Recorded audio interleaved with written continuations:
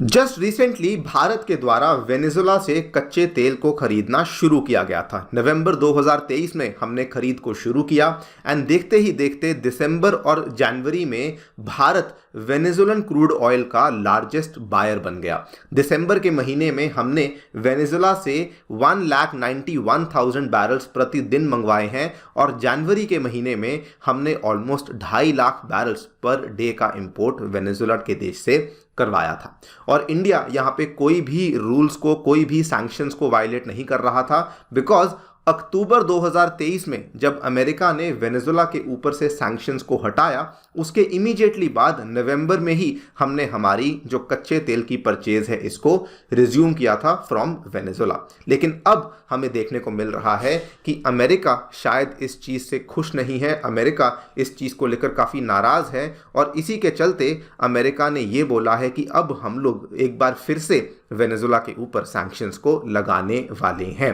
Now जो यहाँ पे अमेरिकन अखबार हैं, जो अमेरिकन न्यूज़पेपर्स हैं, वो तो ये कह रहे हैं कि अमेरिका वेनेजुला पे सैंक्शंस इसलिए लगाने वाला है बिकॉज वेनेजुला ने कुछ सर्टन टर्म्स एंड कंडीशंस को वायलेट किया है, लेकिन इसमें असल में रियलिटी कुछ और है। आप यहाँ पे देख भी सकते हैं कि जो भी इसमें रियलिटी है उसका अल्टीमेट जो इम्पैक्ट आएगा वो इंडिया के क्रूड ऑयल के इंपोर्ट्स पर आएगा, बिकॉज हम लोग वेनेजुला से भारी मात्रा में क्रूड ऑयल को इंपोर्ट कर रहे थे एंड ऑल्सो इंडिया को वेनेजुला से सस्ता तेल भी अवेलेबल हो पा रहा था, जो कि इंडियन इकोनॉमी की एक बड़ी रिक्वायरमेंट मानी जाती है। बात करेंगे कि what exactly is the real reason जिसके चलते अमेरिका आज ये कह रहा है कि हम वेनेजुला के ऊपर सैंक्शंस को दोबारा लेकर आने वाले हैं, दोबारा रीइंपोज करने वाले हैं। चलिए शुरू करते हैं दोस्तों मेरे साथ। मेरा नाम है अनिरुद्ध। यदि आप लोग हमें फॉलो करना चाहते हैं, हमारे लेक्चर्स के अपडेट्स को प्राप्त करना चाहते हैं, तो यहाँ पर दिए गए टेलीग्राम चैनल्स के माध्यम से ऐसा कर सकते हैं। दोस्तों आगे बढ़ने से पहले बताना चाहूँगा कि अनअकैडमी के ऑफलाइन सेंटर्स अब नई दिल्ली के करोलबाग में एवं नई दिल्ली के मुखर्जी नगर में आ चुके हैं, जहां पर कि हम लोग आपके लिए 2025 एवं 2026 के जो फाउंडेशन प्रोग्राम्स हैं ये अवेलेबल करवा रहे हैं। अगर आप लोग कॉलेज के आखिरी सेमेस्टर में हैं, अगर कंफ्यूज हैं कि कहां से अपनी तैयारी को शुरू करना है, तो आप अनअकैडमी के इन सेंटर्स में जाकर के एनरोलमेंट कर सकते हैं। इवन उत्तर प्रदेश के प्रयागराज में भी हमारा सेंटर अब लाइव हो चुका है। इन सभी सेंटर्स में एनरोल करने का प्रोसेस बहुत ही सिंपल है। नीचे डिस्क्रिप्शन में आपको एक छोटा सा बिटली लिंक दिया हुआ है, वहां पर जाकर के आपको क्लिक करना है, अपनी कुछ जानकारी भरनी है, मेरा नाम चूज करना है एंड हमारी काउंसलर्स टीम आपको रीच आउट करेगी। जो भी आपकी क्वेरी है उसको यहाँ पे सॉल्व करवा दिया जाएगा। All right, so very briefly आपको बता दूं, आज से कई साल पहले 2017-18 के आसपास की बात है, जब अमेरिका के राष्ट्रपति डोनाल्ड ट्रंप थे, तो उस दौरान वेनेजुला के ऊपर अमेरिका के द्वारा one of the largest package of sanctions को इम्पोज किया गया था। कारण क्या था? अमेरिका का ये कहना था कि वेनेजुला में जो बेसिकली इलेक्शंस का प्रोसेस चल रहा है वो गलत तरीके से चल रहा है। जो वहाँ पे रूलिंग पार्टी है वो ऑपोजिशन पार्टी के कैंडिडेट्स को खड़ा ही नहीं होने दे रही है और उन्होंने ऑपोजिशन पार्टी के कैंडिडेट्स को बंदी भी बनाया हुआ है। अमेरिका ने ये कहा था कि जब तक यहाँ पे डेमोक्रेसी वापस एस्टैब्लिश नहीं हो जाती, जब तक ऑपोजिशन कैंडिडेट्स वापस सही से काम नहीं करते, जब तक कि कंट्री का कॉन्स्टिट्यूशन दोबारा रीराइट नहीं किया जाता, हम लोग इन सैंक्शंस को नहीं हटाएंगे। सो ऑब्वियसली कुछ साल तक तो ऐसे ही चलता रहा, लेकिन अक्टूबर 2023 में 6 साल के लंबे गैप के बाद अमेरिका और वेनेजुला की बातचीत जो चल रही थी वो रिजॉल्व हुई एंड इफेक्टिवली यूएसए के द्वारा वेनेजुलन के ऊपर जो सैंक्शंस लगाए गए थे उनको हटा दिया गया था। लेकिन अमेरिका ने कहा था, देखिए हम कुछ यहाँ पे शर्तें लगा रहे हैं, आपको जो इलेक्शन है उसको फ्री एंड फेयर तरीके से कंडक्ट करना होगा, साथ ही में आपको जो है ऑपोजिशन कैंडिडेट्स को भी रिलीज करना होगा, उनको प्रॉपर जो फ्रीडम देनी होगी ताकि वो भी आकर के इलेक्शंस को लड़ सकें। लेकिन अब हमें सडनली फरवरी 2024 में देखने को क्या मिलता है? अमेरिका ये बोलता है कि वेनेजुला के द्वारा जो शर्तें थी उनको पूरा नहीं किया गया, उनको वायलेट किया गया है।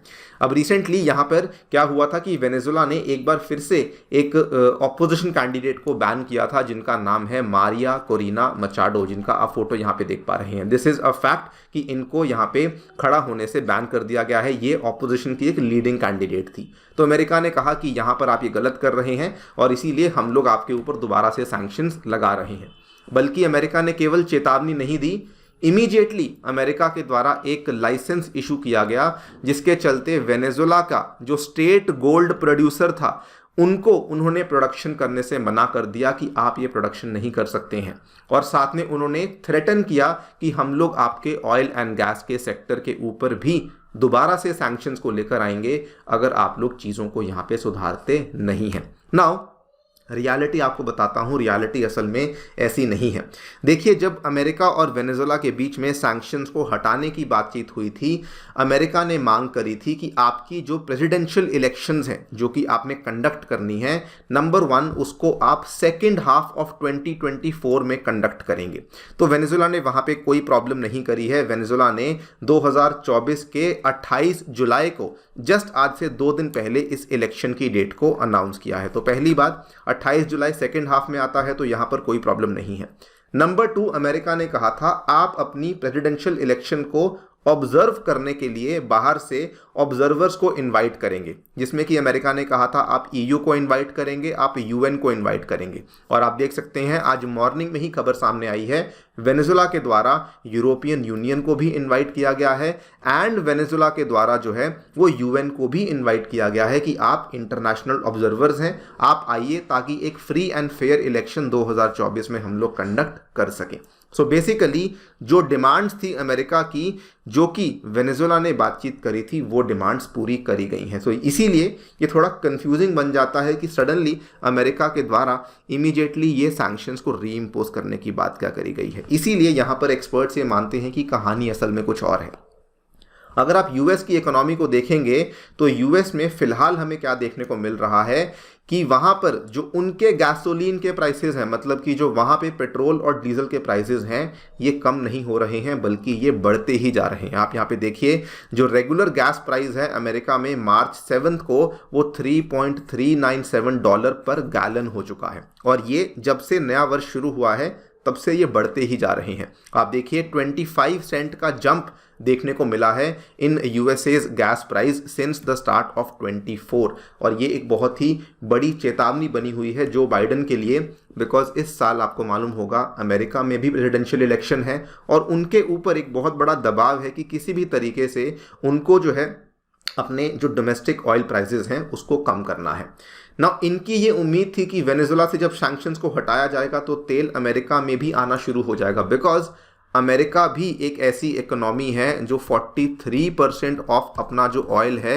वो बाहर से इंपोर्ट करती है। लेकिन अनफॉर्चुनेटली वेनेजुएला का जो क्रूड ऑयल है वो अभी भी इंडिया और चाइना जैसे देशों में ही जा रहा है, वो अमेरिका में फ्लो करना शुरू नहीं किया और इसीलिए उनका ये कहना है कि हम लोग सैंक्शंस को दोबारा ले आएंगे एंड दे नो कि अगर सैंक्शंस दोबारा आ जाते हैं तो इंडिया इस चीज़ से डर जाएगा और इंडिया वेनेजुएला से तेल को मंगवाना बंद कर देगा। इसका इंडिया के ऊपर काफ़ी नेगेटिव इम्पैक्ट आएगा। आप देखिए इंडिया के एक टॉप गवर्नमेंट ऑफिशियल हैं, उन्होंने कहा since the US threatened actions against Venezuela India is now studying the situation. उन्होंने कहा है कि अप्रैल तक तो कोई दिक्कत नहीं है लेकिन अप्रैल के बाद दिक्कतें फिर से शुरू हो सकती हैं एंड वो जब भी होगा वो इंडिया के लिए प्रॉब्लमैटिक ही साबित हो सकता है।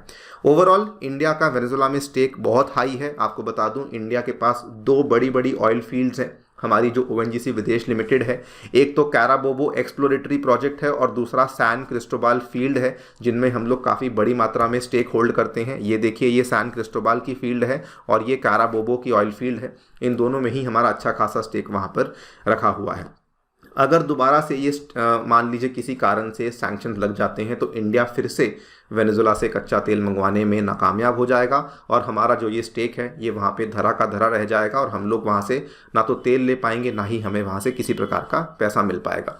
देखते हैं क्या होता है, जो भी होगा आपके सामने हम लोग अपडेट लेकर आएंगे। फिलहाल के लिए वीडियो में इतना ही। जाने से पहले बताना चाहूँगा कि हमारे अनअकैडमी IAS के कुछ पॉडकास्ट सामने आए हैं। अगर आप अपनी UPSC की प्रीलिम्स की तैयारी को लेकर कंफ्यूज्ड हैं तो इन पॉडकास्ट को ज़रूर देखिएगा। Thank you so much for listening. Stay tuned and stay safe.